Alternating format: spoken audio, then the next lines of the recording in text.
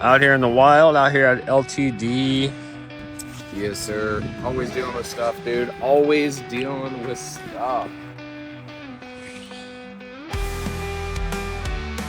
Here's the thing about business, guys. When you're the CEO of a company, I feel like you're always hearing about somebody who's unhappy.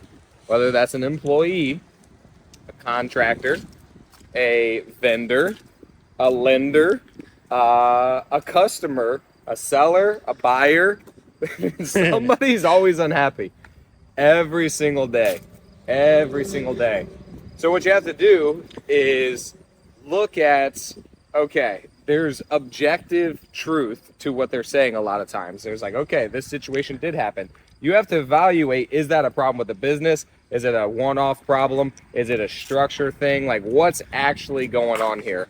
And to differentiate that without getting emotionally too invested into it. So it gets pretty interesting. So that boy's backing up.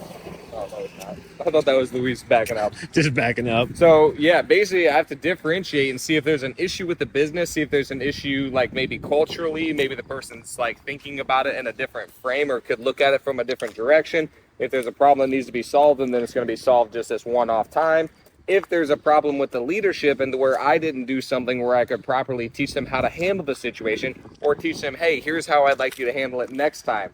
And so those are all the different things that I'm evaluating whenever I'm processing through these problems that happen all the time. So anyway, it's another day in the life of a CEO. That'd be a funny name. Day in the life. Yeah, day in the life of a CEO That's basically what it is, yeah. of a small business. Yeah, because like honestly, I think that almost like in some sense, big businesses are almost easier in some ways because you have more systems and processes, and like you're talking more to the leadership. You're not really talking to everybody. Whereas like I feel as though it always kind of, I don't know, like people have very close proximity to me, even like the sellers, buyers, like everybody kind of was there. And so then I feel like I get a lot of feedback from everybody.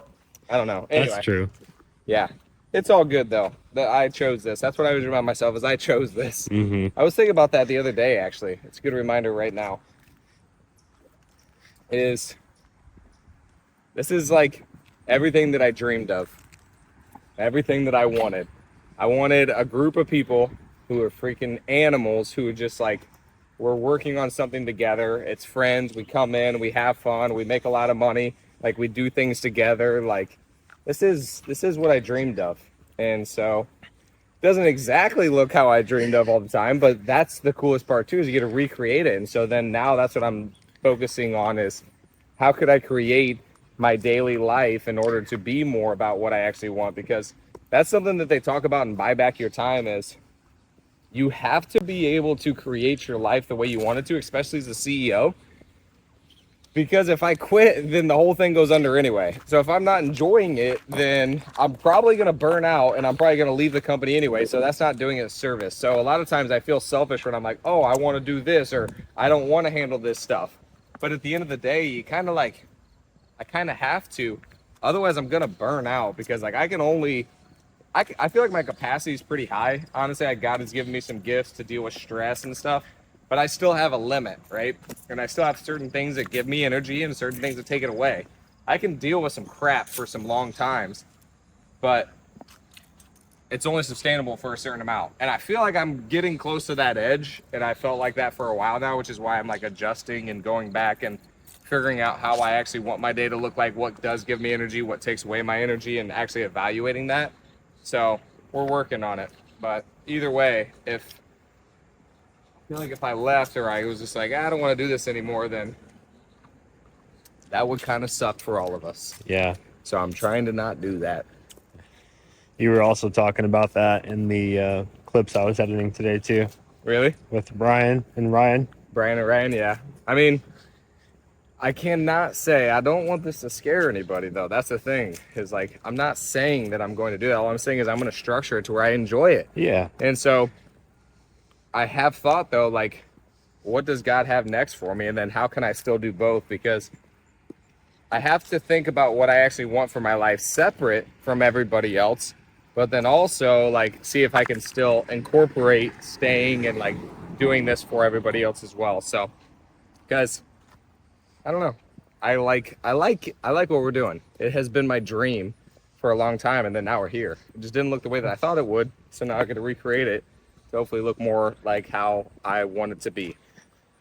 So, Part of your dream was probably to like be mostly hands off by this point. 100%. Yeah.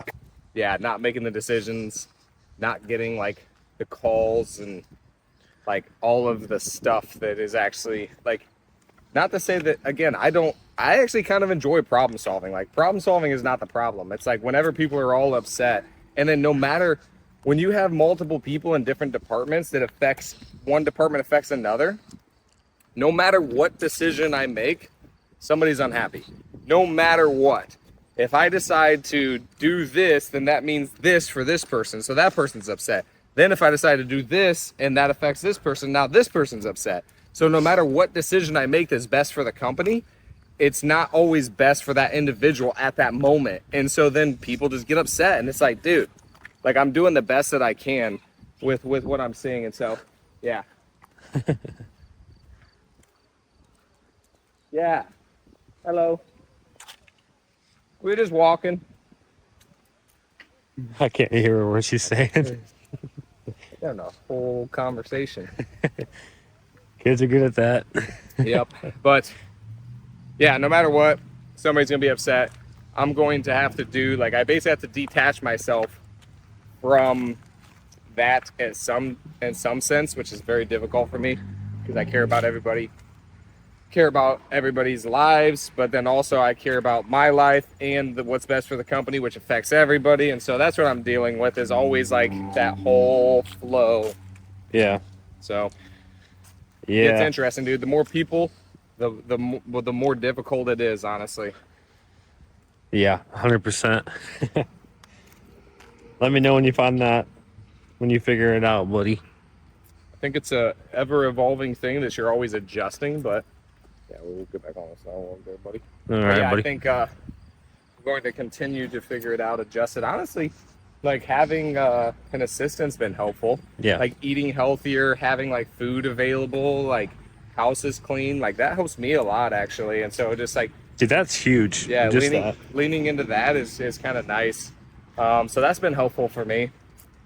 Yeah, I'm just going to continue to follow like the buy back your time rules and just keep evaluating and like doing what I can because that book helped me a lot too because it basically talked about where you're at. Whatever you're making, somewhere around $1 million, $1.3 million, like right in that range. And then he said somewhere between like 12 and 15 employees. That's when people start to hit their limit. And that's where I'm at, where I'm like, dude, I feel like I like kind of hit my limit. So hearing that other people went through similar things kind of gives me a sense of like, okay, I'm not the first person to experience this, which is nice to hear. And then he has a solution on how to get out of it. So I'm like, all right, I just got to follow it. It's not easy, but we're going to get it done. Doing it one thing at a time, right? We're doing it, buddy. And then while all that's going on, then we got a lot of other stuff. So Okay, so not one thing at a time. Just kidding. yeah, like Cut that part. hey, buddy, I know you got a lot of stuff to do, so I figured you might know the answer. And then I got other people reaching out for help too that I'll always want to help. So yes, sir. Not only do I deal with my problems, I deal with everybody else's too. It's a good life. You're blessed, buddy, with the gifts. I am. I actually do like problem solving, which is funny, but it definitely takes its toll. I can only solve so many problems. So Yeah. all right, buddy. All right, buddy. Have a good day. You too, buddy. See you soon.